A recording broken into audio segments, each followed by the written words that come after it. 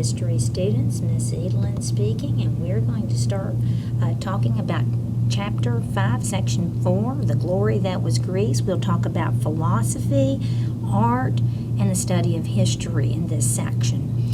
Remember to check Schoology to see if there are any other assignments, and stay tuned for a question that you need to get your full count on your homework grade.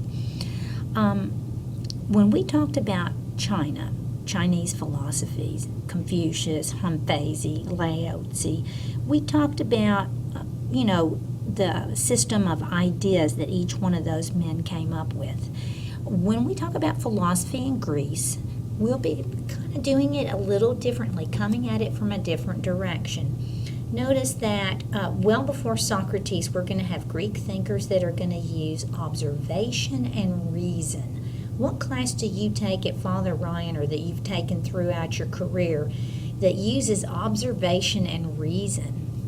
Why, yes, students, you'd be correct if you said science, because they want to find the causes for what happened. We can see that the Greeks are very curious people when we look at their mythology, because a lot of times, even in their religious stories, they were trying to explain natural events.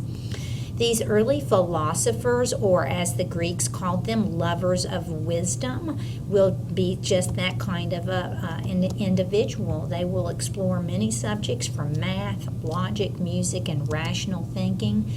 And through, again, reason and observation, they will discover laws that govern the universe. So let's start with the papa of them all. Actually, he's not the earliest philosopher. There were philosophers before Socrates, but this is the bust of Socrates. And what we want to remember, look at his time period. He's a little past the time of Confucius and Buddha. He's like a little bit, after their time period, but pretty darn close, okay? So great thinking was going on all around the globe. Notice that Socrates just, was a stonemason. And he didn't write any books, kind of like Confucius and Buddha. That none of them wrote books. We do know that about him because his most famous student, Plato, is going to write books. In particular, the book entitled Dialogues, in which he tries to replicate the conversations that he had with his teacher. Socrates used to lounge or hang out in the marketplace in the agora, and he would question people and have these really stimulating discussions as a result. Today we call this method the Socratic method. And again, he would pose questions to people, and you either loved Socrates because you were so stimulated by what would happen in these conversations, or you hated him. Because you know why? Sometimes he would lay open the contradictions that people have when they held positions on different things, and it would show that they weren't as smart as they acted like they were. Now, when I say he asked a series of questions, it wasn't questions like, how long is the Nile River, or things like that had a right or a wrong answer. They were questions where they would delve into concepts and ideas. And, again, have very stimulating discussions with not necessarily right or wrong answers.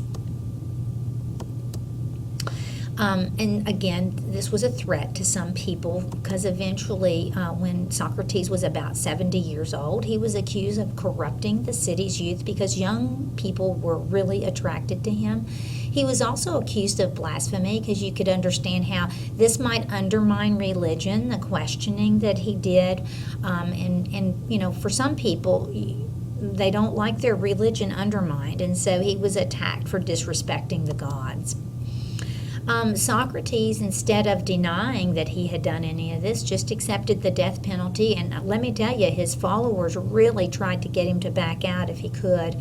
They loved him so much. But he did drink the cup of hemlock that was offered to him as part of the death penalty.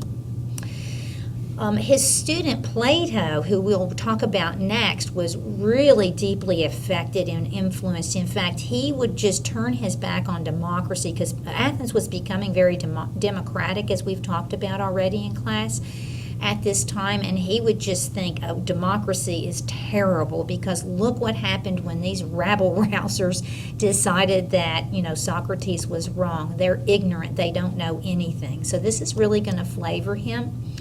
He's going to have a lifelong distrust of democracy. He's actually going to flee Athens for 10 years, which is a big deal because, people didn't like to leave their city-states.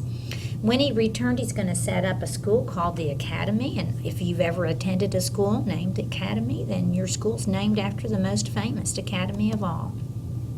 He's also going to emphasize reason, like Socrates did, and he's going to write a book called The Republic, in which he describes his vision of an ideal state.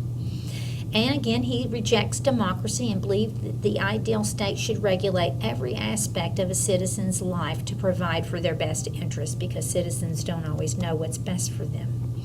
And he's going to favor the rule of a philosopher leader, not just anybody, but somebody who's, intellectually advanced.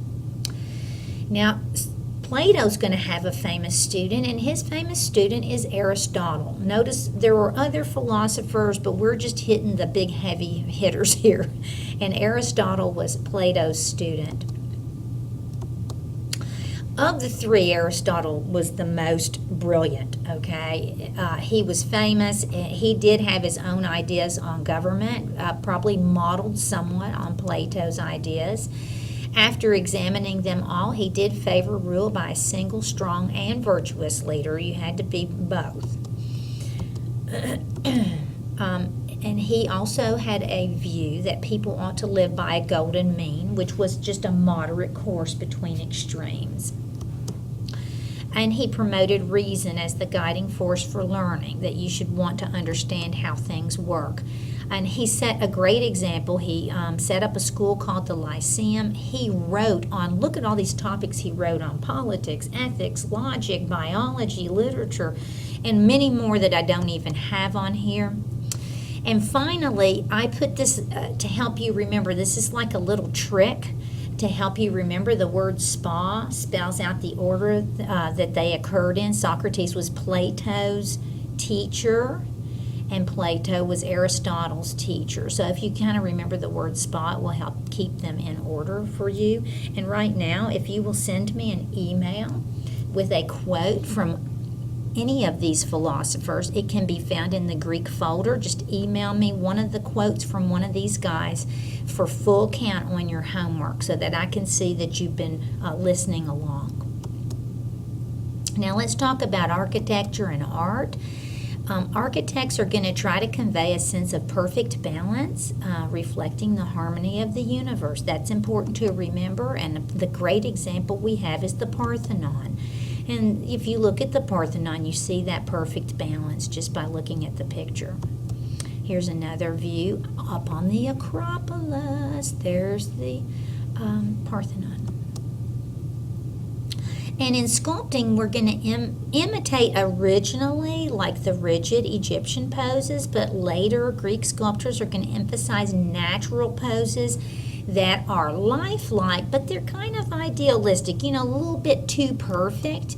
For example, we have the discus thrower, and you can see all his muscles in his perfect shape here. And we also have this sculpture of, I bet you could tell me, look at his hair.